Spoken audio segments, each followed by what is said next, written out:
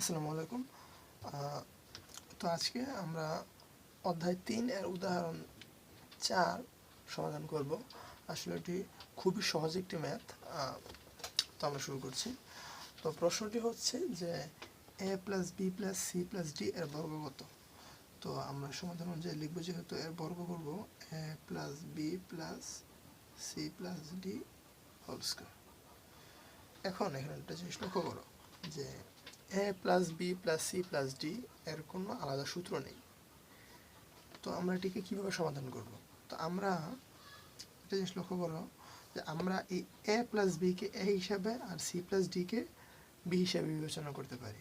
তো আমরা যদি এটিকে এভাবে লিখি যে a plus B plus C plus D, তাহলেও কিন্তু ইকুয়েশনটি সেম থাকছে।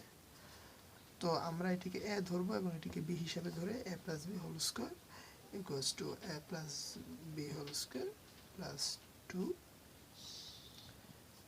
a b plus B square.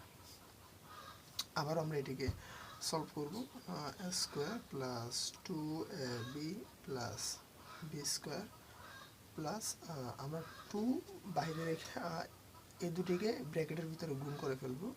তো এখানে গুণের ক্ষেত্রে a into C equal to AC plus AD plus B into C equals to BC plus BD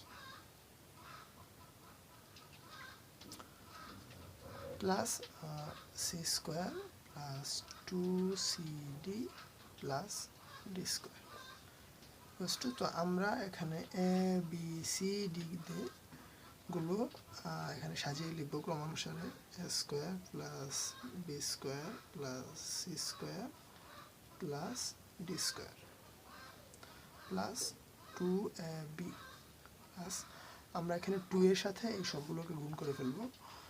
তো গুণ করে একেবারে আলাদা করে লিখব। তো 2ac plus 2ad plus 2bc plus 2bd plus 2cd। তো এটি ছিল এই অঙ্কের সমাধান এবং এটি খুব সহজ একটি অঙ্ক।